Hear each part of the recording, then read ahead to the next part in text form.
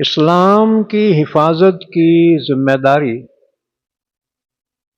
اللہ نے خود لی ہے، اور جس کا اللہ محافظ ہو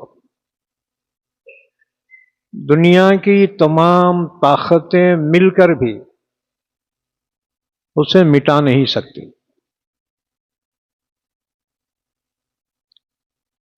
1450 سال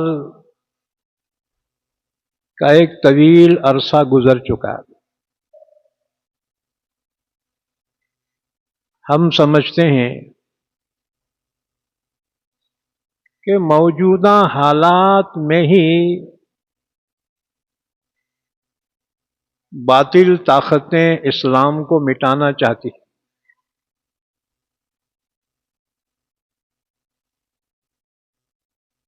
لیکن ہر زمانے میں ایسے ہی ظالم طاقتیں رہی ہیں، اور ہر ایک نے اپنی پوری طاقت لگا دی۔ معاشی طاقت، سیاسی طاقت،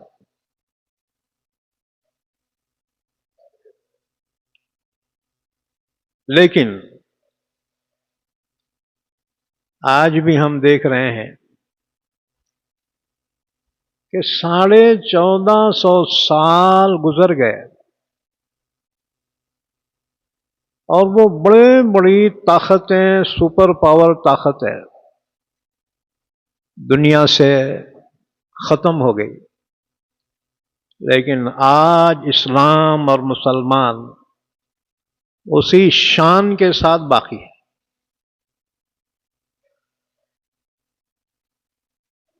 ہندوستان میں تقریباً 3.5 لاکھ مسجدیں ہیں۔ انڈونیشیا میں 8 لاکھ مسجدیں ہیں۔ 8 لاکھ مسجدیں دنیا میں سب سے زیادہ ہے۔ پھر اور مقامات میں اور ملکوں کی تعداد،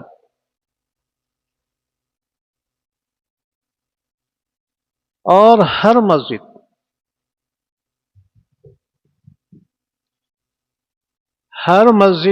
آج بھی اسی طرح آباد ہے جیسے اللہ کے نبی کے زمانے میں مسجد نبوی آباد تھی۔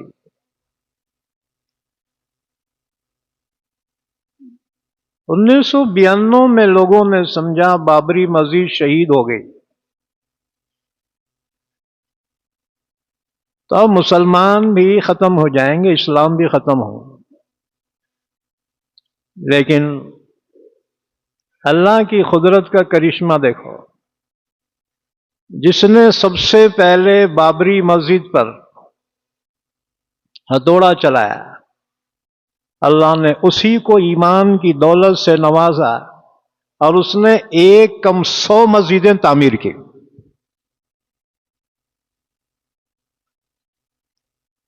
اس شخص نے، اور ایک بابری مسجد کو کیا گرایا؟ مسلمانوں نے اس ایک مسجد کے بدلے میں آج 1 لاکھ سے زیادہ مسجدیں تعمیر کی۔ اس لیے لوگ پریشان ہیں، کاغذاں بناؤ، کاغذاں بناؤ۔ کاغذاں کی ضرورت نہیں ہے، جی ایسے کاغذاں بنیں گے ختم ہو جائیں گے، قانون بھی ختم ہوں گے، قانون بنانے والے بھی ختم ہو جائیں گے، لیکن اسلام اسی شان کے ساتھ باقی رہے گا۔ دنیا میں سب سے زیادہ خطرناک قوم جو تھی نا، وہ منگول تھے۔ آدھی دنیا پر جنہوں نے قبضہ کیا، اور اتنا سفاک دنیا میں کوئی نہیں گزرا جتنا کہ چنگیز خان تھا۔ مورخین لکھتے ہیں تقریباً اس نے 8 لاکھ انسانوں کو موت کے گھاٹ اتارا۔ صرف عورتیں ہی نہیں، معصوم بچوں کو بھی قتل کروایا، اور جس شہر کو فتح کیا اس شہر کو آگ لگا دی۔ اس زمانے میں مسلمانوں کی سب سے بڑی طاقت بغداد میں تھی، اور بغداد میں 16 لاکھ مسلمان رہتے تھے۔ چنگیز خان کا پوتا ہلاکو خان، اس نے جب بغداد کو تباہ کیا ہے، صرف ایک شہر بغداد میں 16 لاکھ مسلمانوں کا قتل عام کیا، اور اطراف و اکناف میں 1 کروڑ 6 لاکھ مسلمانوں کا قتل عام کیا۔ ایک بڑی حکومت تھی مسلمانوں کی، خوارزم شاہی حکومت۔ اس حکومت کو ایسا تباہ کیا کہ اس نے مسلمانوں کے سروں کے مینار بنا دیے۔ وہ زمانہ ہے امام فخر الدین رازی رحمت اللہ علیہ کا، جو قرآن کریم کے اتنے بڑے مفسر گزرے ہیں کہ صرف سورہ فاتحہ کی تفسیر انہوں نے لکھی ہے 250 پیج۔ کہتے اماں کلیجہ پھٹ جاتا تمہارا، جی اتنا تو پڑھ بھی نہیں سکتے۔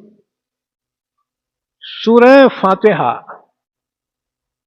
250 پیج پر اس کی تفسیر لکھی، اور انہوں نے جب یہ تاتاریوں کے طوفان کو دیکھا، انہوں نے کہا اللہ کے نبی نے جس یاجوج و ماجوج کے خروج کی پیشن گوئی فرمائی تھی، یہ وہی یاجوج و ماجوج ہے۔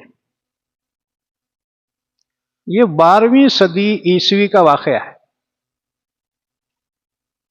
اس زمانے میں علماء یہ سمجھے اب قیامت قائم ہوں گی، اب کچھ باقی نہیں رہے گا، نہ اسلام نہ مسلمان۔ اور پھر یہ طوفان یہیں پہ نہیں رکا، ہلاکو خان نے ارادہ کیا کہ مکہ اور مدینہ کو بھی تباہ کر دے۔ اس کی فوجیں حرمین کی طرف بڑھ رہی ہیں۔ اللہ کی شان دیکھو، چنگیز خان کا ایک دوسرا پوتا ایک اللہ والے کی دعوت پر اسلام قبول کرتا ہے، اس کا نام تھا برکا خان۔ یہ چنگیز خان کا دوسرا پوتا ہے۔ ادھر ایک پوتا ہلاکو خان اسلام اور مسلمانوں کو تباہ کر رہا ہے، تو دوسری جانب کیا ہوا؟ صاحب سدھرے تو مائک بگڑتا ہے، مائک سدھرا تو تم بگڑتے۔ میں واقعہ عرض کر رہا تھا کہ جب ہلاکو خان کی فوجیں ایشیا اور یورپ کو جب رون چکی، تو انہوں نے رخ کیا حرمین شریفین کا۔ اللہ کی شان دیکھو، اسی چنگیز خان کا دوسرا پوتا برکا خان اسلام قبول کرتا ہے، اور پھر اس کی وجہ سے منگولوں کا ایک بہت بڑا حصہ اسلام قبول کرتا ہے۔ جب برکا خان کو پتہ چلا کہ چنگیز خان حرمین شریفین کی طرف بڑھ رہا ہے،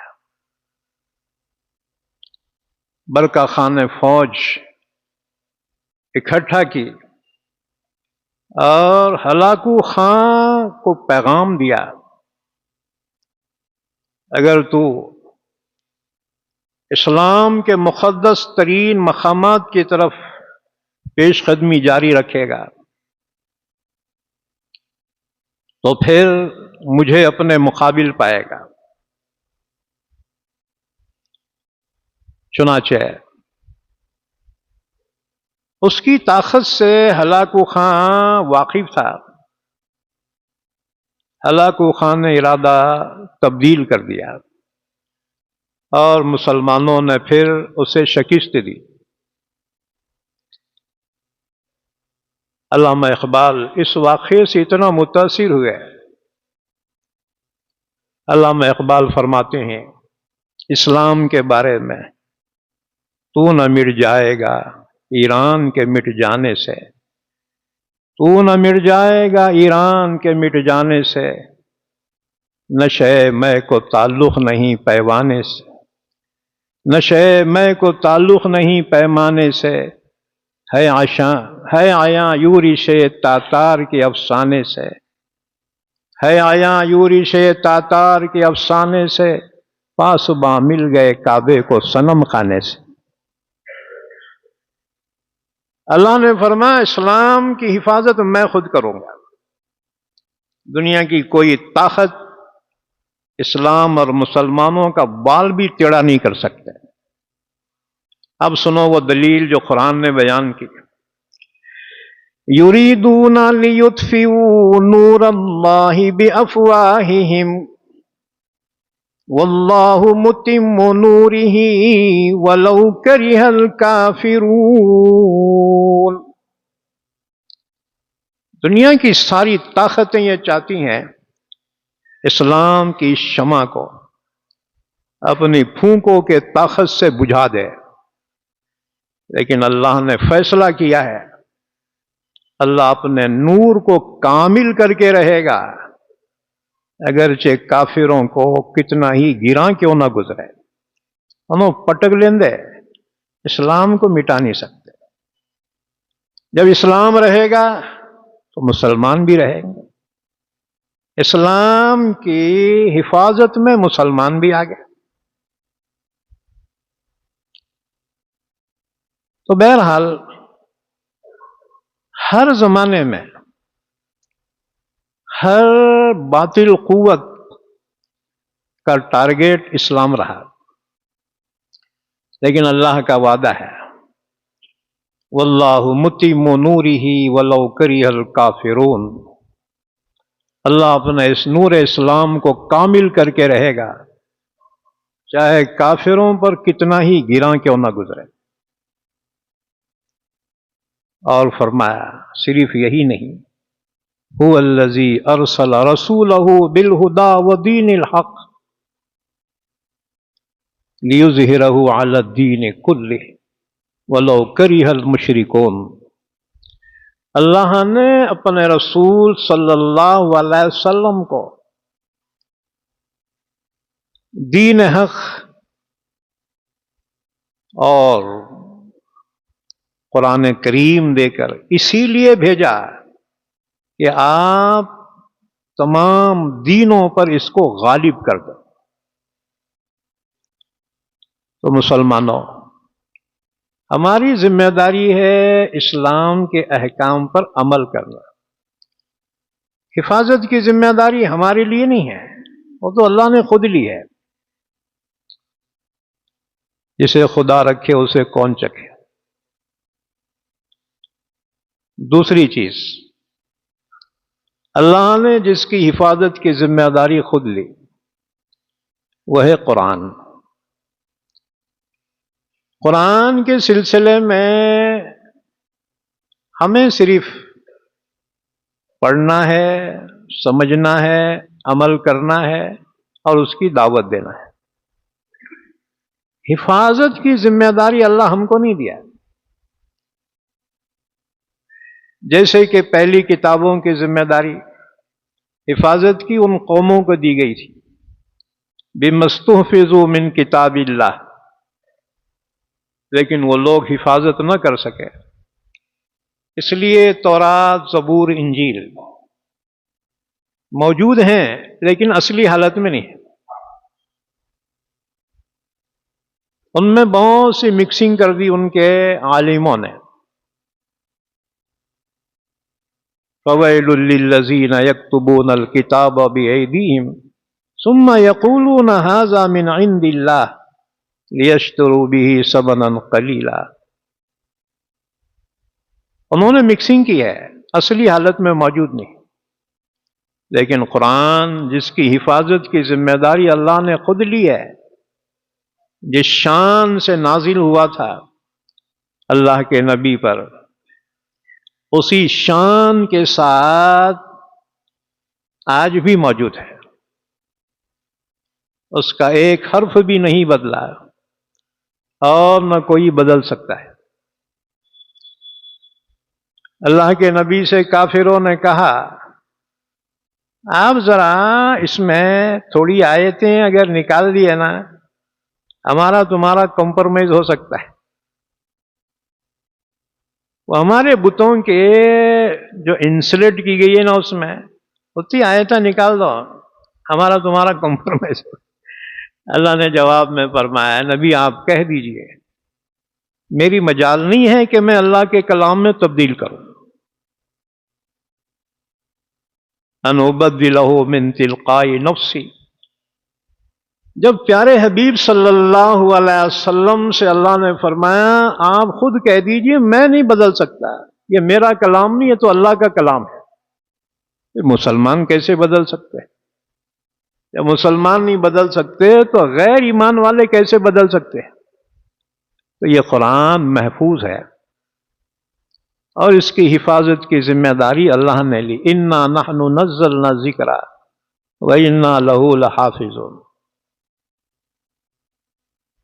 ایسے حالات کے باوجود بھی لوگ اسلام قبول کر رہے ہیں، حالانکہ ظالموں نے اسلام کو اتنا بدنام کرنے کی کوشش کی اور مسلمانوں کو، پھر کیا وجہ ہے کہ لوگ اسلام قبول کرتے جا رہے ہیں؟ آج سے 2 سال پہلے امریکہ کا سب سے بڑے چرچ کا جو پادری تھا ہیلیرین ہیگی، کٹر مسلمانوں کا، اسلام کا دشمن، اسلام کے خلاف جو بڑی بڑی کانفرنسیں ہوتی تھی نا، اس میں وہ چیف گیسٹ ہوتا تھا۔ اس نے سوچا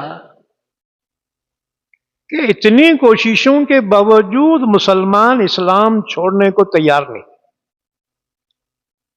اس کی وجہ کیا ہے؟ اس نتیجے پہ پہنچا کہ مسلمان قرآن کریم سے وابستہ ہیں، لہذا کیوں نہ میں قرآن میں کوئی لوز پوائنٹ ڈھونڈ لوں اور پھر ایک مضبوط دلیل اسلام کے خلاف مجھے مل جائے گی۔ اس نے قرآن کا مطالعہ کرنا شروع کر دیا۔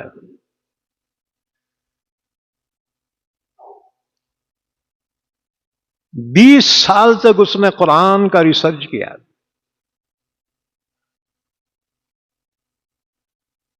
اور پھر پڑھتے پڑھتے سورہ اعراف کی آیت نمبر 172 پہ پہنچا، ایک دم چونک گیا کہ یہ کیا؟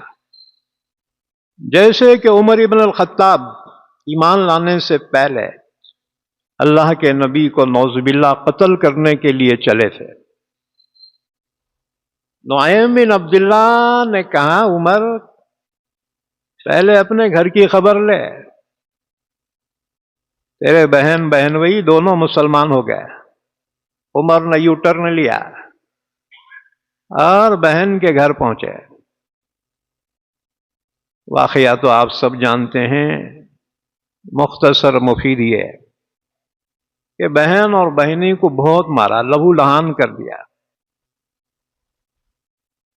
بہن نے کہا سن، اگر تو خطاب کا بیٹا ہے، میں بھی خطاب کی بیٹی ہوں، تو ہماری جان تو لے سکتا ہے لیکن ہمارے دل سے ایمان نکال نہیں سکتا ہے۔ عمر سوچ میں پڑ گئے، کبھی نہیں بولنے والی یہ بہن میری آج اتنی جرأت کہاں سے آئی؟ عمر سوچ میں پڑ گئے، اتنے میں نظر پڑی سورہ طٰہٰ کے نسخے پر، جو خطاب کی بیٹی حضرت فاطمہ بنت خطاب، ان کے شوہر سعید بن زید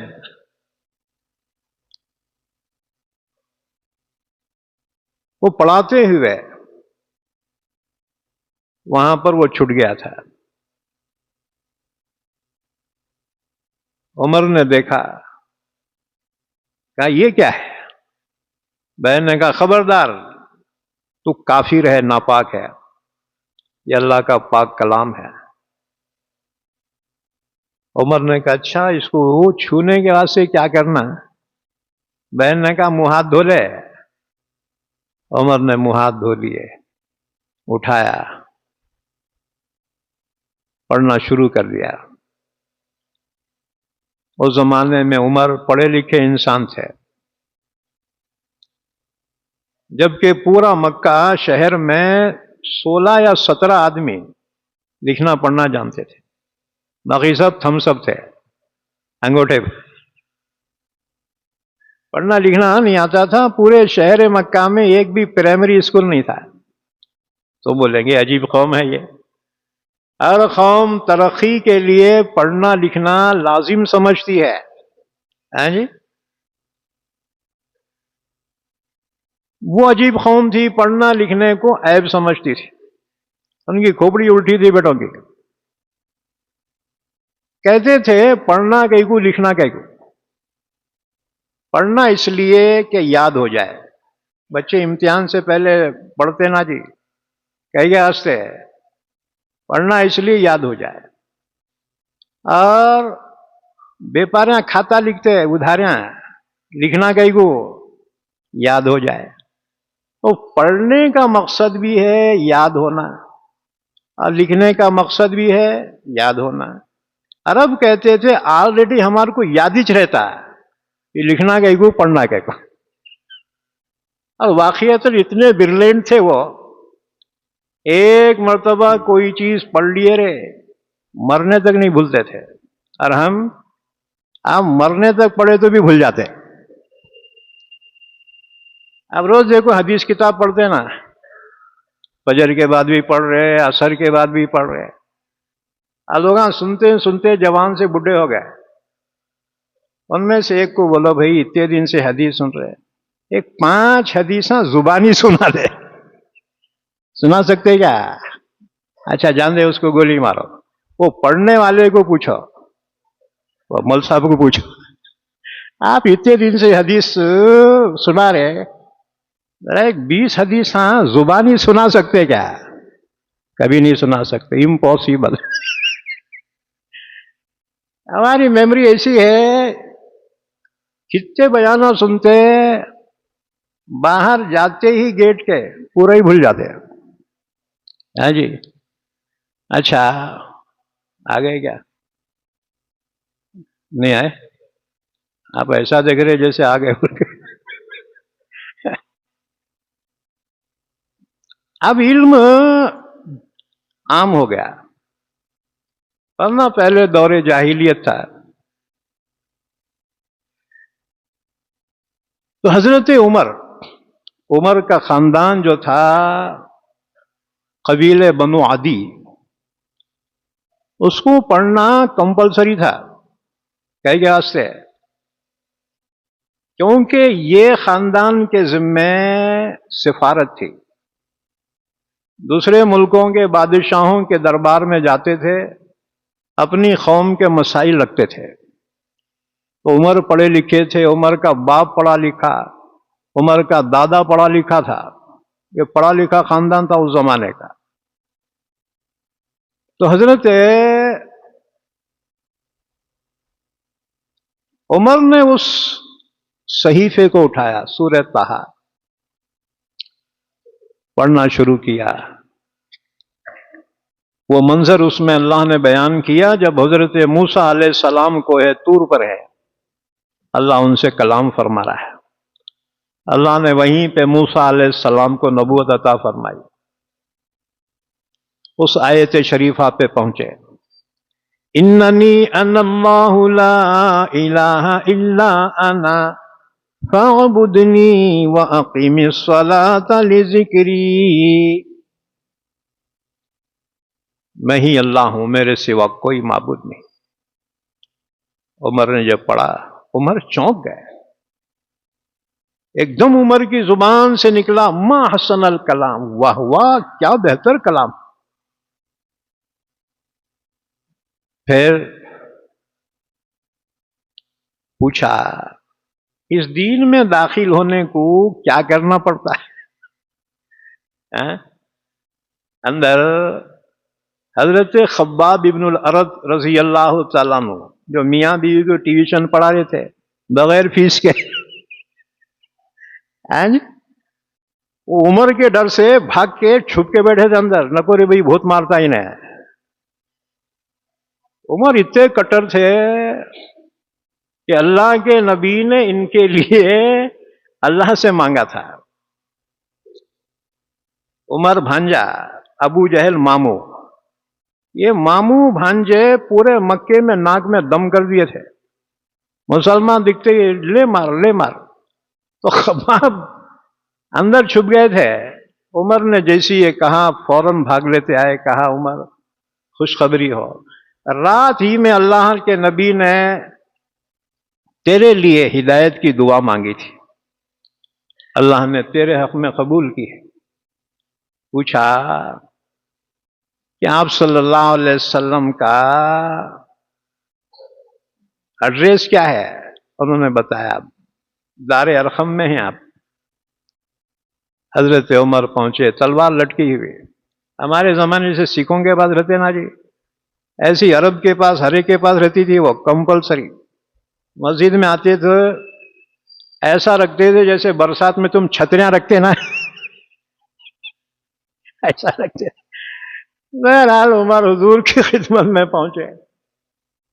کسی نے چیریاں میں سے دیکھ لیا، پرانے دروازے سے چیریاں رہتے تھے، اس کو کسی نے دیکھا تو گھبرا کہا، یا رسول اللہ عمر آ رہا. حضرت حمزہ نے فرمایا آندے، اگر صحیح طور پہ آیا تو ٹھیک ہے، ورنہ اللہ کی قسم اسی کی تلوار اس کی گردن مار دوں گا. کیونکہ یہ دونوں اکاس کے دنگل کے آخری پہلوانا تھے. یہ آخری کشتی ہوتی تھی عمر کی اور حضرت حمزہ کی. بہرحال عمر آئے، دروازہ کھٹکھٹایا، دروازہ کھولا گیا. عمر حضور کے سامنے آ کر کھڑے ہو گئے.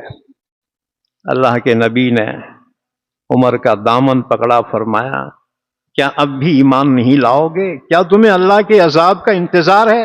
حضور نے جھٹکا مارا. عمر نے کہا جی ایمان لانے ہی کے لیے آیا ہوں. اللہ کے نبی اتنا خوش ہوئے، فرمایا اللہ اکبر. تمام صحابہ نے نعرے تکبیر بلند کیا. حضور صلی اللہ علیہ وسلم صحابہ کو لے کے نماز کا وقت ہوا، نماز پڑھنا چاہ رہے. عمر نے کہا کیوں حرم میں نماز نہیں ہوتی کیا تمہاری؟ یہاں کیسا کیا پڑھ رہے؟ حضور نے فرمایا تیری قوم والے تکلیف پہنچائیں گے، اس لیے ہم یہاں پڑھتے. عمر نے کہا قوم تکلیف پہنچاتا، چلیے میرے ساتھ. چنانچہ حضرت عمر حضور صلی اللہ علیہ وسلم اور صحابہ کو لے کر حرم میں پہنچے. کہا آپ نماز پڑھو، میں کھڑے رہتا ہوں. ذرا تلوار نکال کے کھڑے ہو گئے. اس کے ماں نے اگر دودھ پلایا نا، آؤ روک کے بتا. اب بڑے بڑے سردار وہاں بیٹھے ہوئے، کافروں کے سرغنے. عمر کو دیکھ کے نظریں جھکا لی، کہنے کہ جان دے بھائی بہت اوگڑ ہے یہ، اس کے منہ کو نہ کھولو. تو اللہ نے حضرت عمر کو جو ہدایت دی وہ قرآن کریم سے. قرآن میں اتنی طاقت ہے. وَلَوْ أَنَّ قُرْآنًا سُيِّرَتْ بِهِ الْجِبَالُ أَوْ قُطِّعَتْ بِهِ الْأَرْضُ أَوْ كُلِّمَ بِهِ الْمَوْتَى. قرآن میں وہ طاقت ہے کہ مردے بھی بات کرے. بہرحال تو امریکہ کا سب سے بڑے چرچ کا پادری ہیلرین ہیڈی قرآن کا مطالعہ شروع کر دیا. کئی گئے واسطے لوز پوائنٹ نکالنے کو، کچھ تو بھی غلطیاں نکالا۔ آج کل کا دور کمپیوٹر کا دور ہے، گوگل کا دور ہے جی۔ یہ ہے اسلام دشمنہ قرآن کو کئی مرتبہ اس میں ڈال کے دیکھے، اس میں فالٹ نکلتا کیا؟ کوئی فالٹ نہیں۔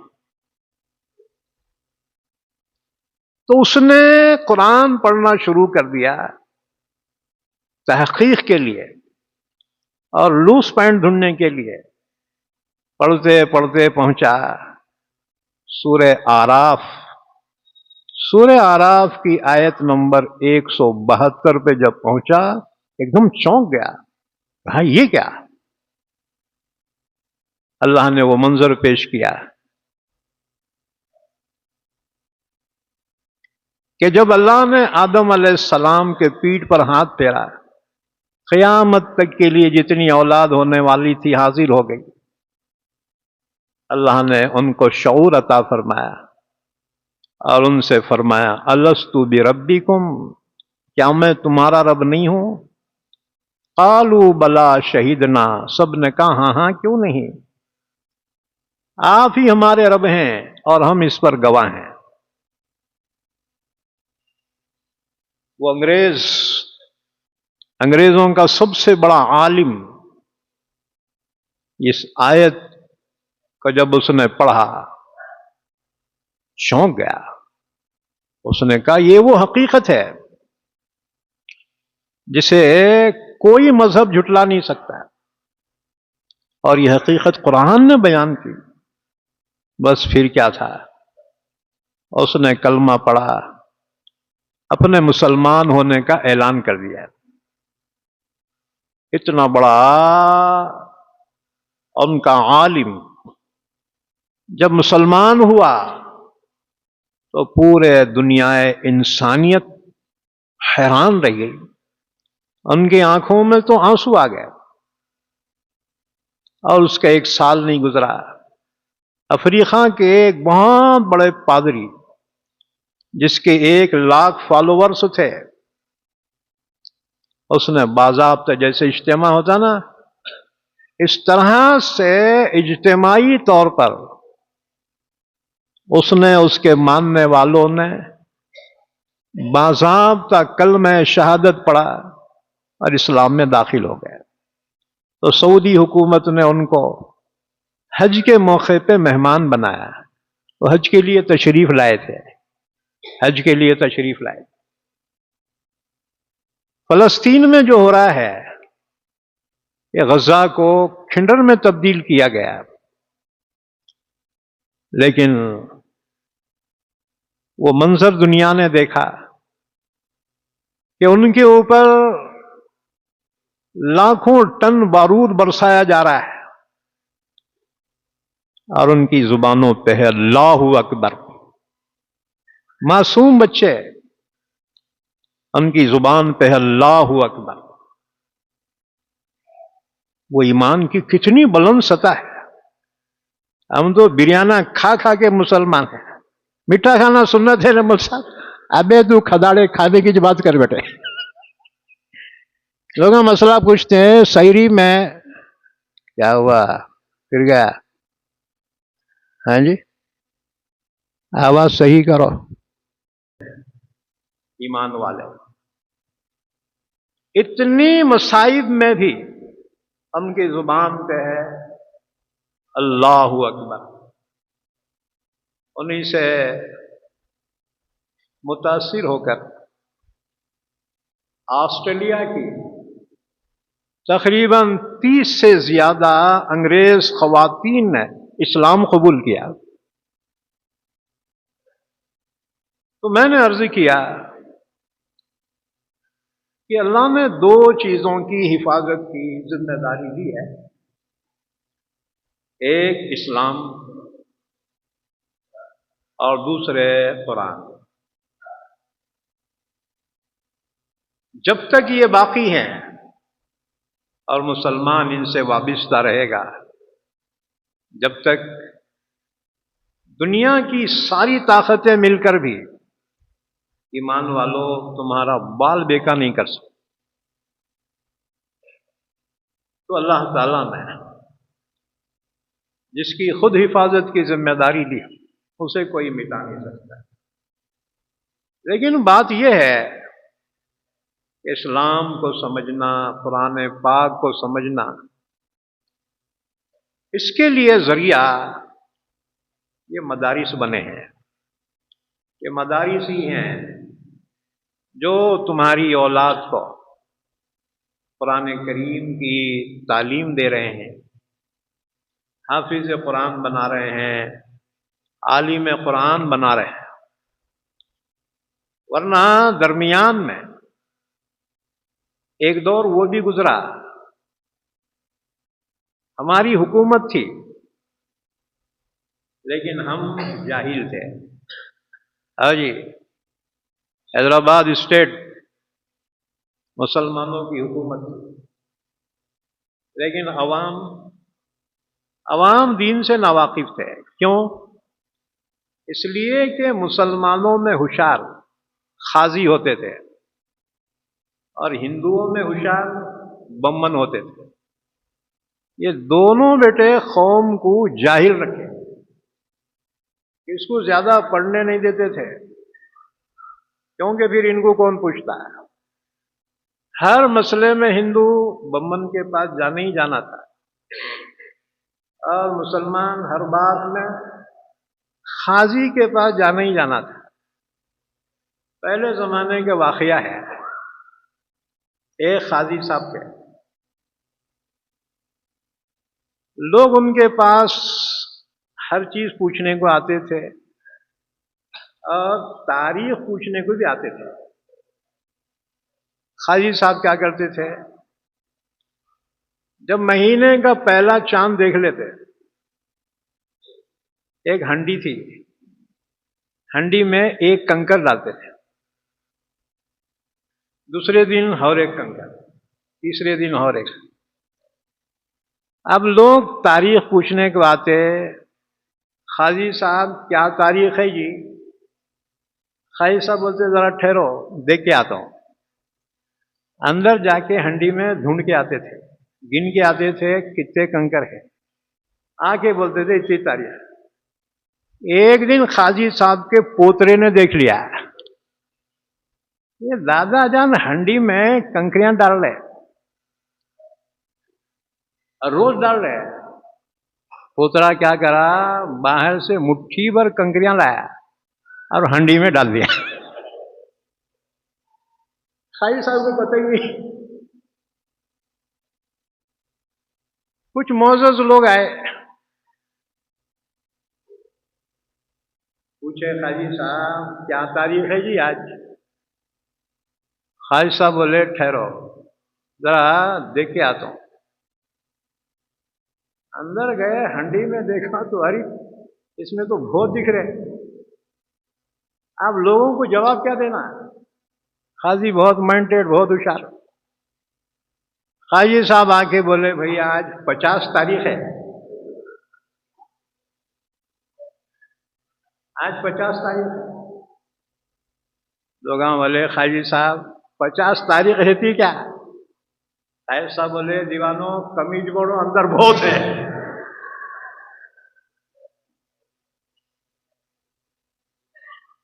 وہ دور جاہلیت گزر چکا، اب علم کا دور آیا.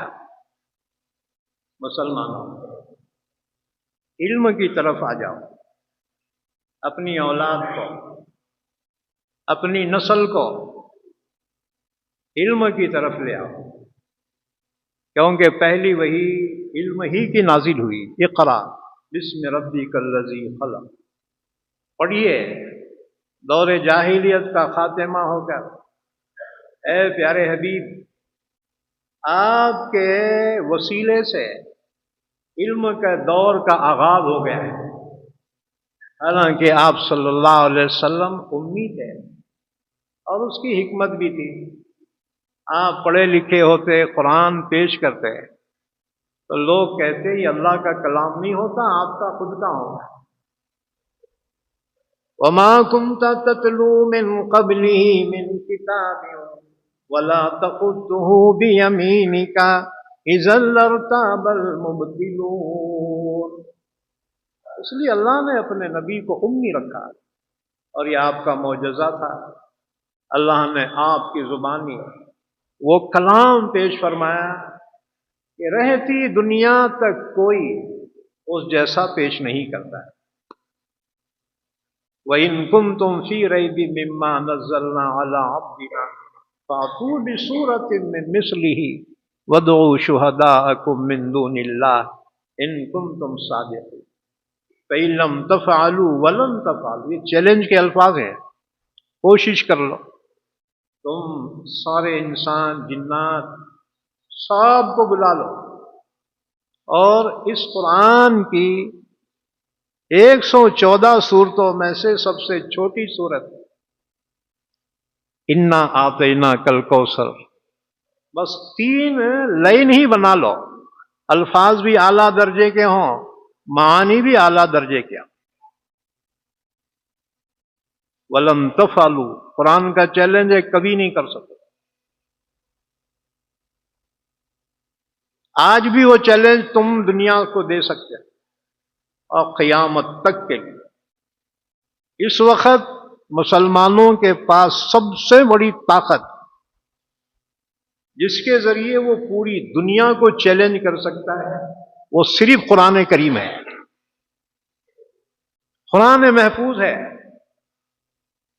فَإِن لَّمْ تَفْعَلُوا وَلَن تَفْعَلُوا، کوشش کر لو لیکن سنو کبھی بھی نہیں کر سکو.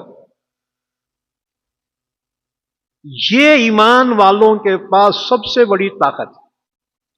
لیکن افسوس ایمان والے اسی قرآن سے دوری اختیار کیے ہوئے. تو آؤ قرآن کی طرف، قرآن کے پیغام کی طرف. آ گئے حضرت؟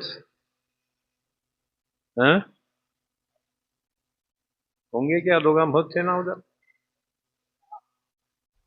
آئے نا؟ ہاں بس جی، میں تو صرف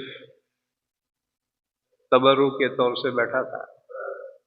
ہاں جی، اس لیے میں اپنی بات کو سمیٹتا ہوں. یہ ہے قرآن کی عظمت. فَإِن لَّمْ تَفْعَلُوا وَلَن تَفْعَلُوا، قرآن کا چیلنج پوری دنیا کو، پوری دنیا کی قوموں کو. اگر تم میں دم ہے تو اس جیسا کوئی کلام بنا کر لاؤ، لیکن سنو ہرگز نہیں لا سکو. بہت سے جھوٹے نبوت کے دعوے داروں نے نبوت کے دعوے کیے، لیکن اینڈ کیا ہوا ان کا؟ وہ ذلیل و خوار ہو گئے اور ختم ہو گئے. ایک زمانے میں کرناٹک میں ایک شخص نے نبوت کا دعویٰ کیا تھا. اس کا نام تھا عبداللہ تیما پوری. تیما پور گاؤں کا نام ہے. ادھر گیا تھا میں جلسے میں بیان کرنے.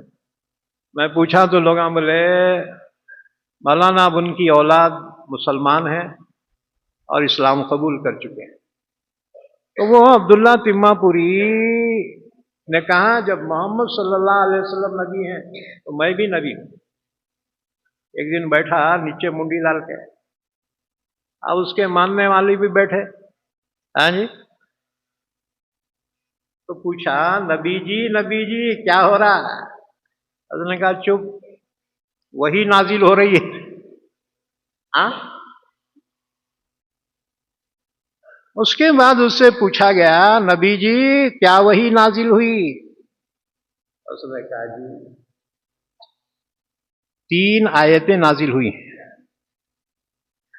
لوگوں نے کہا ذرا ہمیں بھی پڑھ کے سنا. اور اس نے کہا 3 آیتیں یہ ہیں: یا ایھا النبی تیما پور میں رہیو، یا ایھا النبی تیما پور میں رہیو، باہر کہیں نہ جائیو. یہ 3 آیتیں نازل ہوئی ہیں۔ اچھا، سننے والوں میں سب کے کانوں میں بیڑیاں رہتے کیا؟ ہوشیار بھی رہتے لوگ۔ ایک ہوشیار بولا نبی جی ایک آیت رہ گئی۔ ہاں ابے 3 ہو گئی نا رے، میں نے کہا نہیں اور ایک ہے۔ وہ کیا؟ اس نے کہا وہ یہ ہیں، یا ایھا النبیو تما پور میں رہیو، باہر کہیں نہ جائیو، ورنہ خوب جوتے کھائیو۔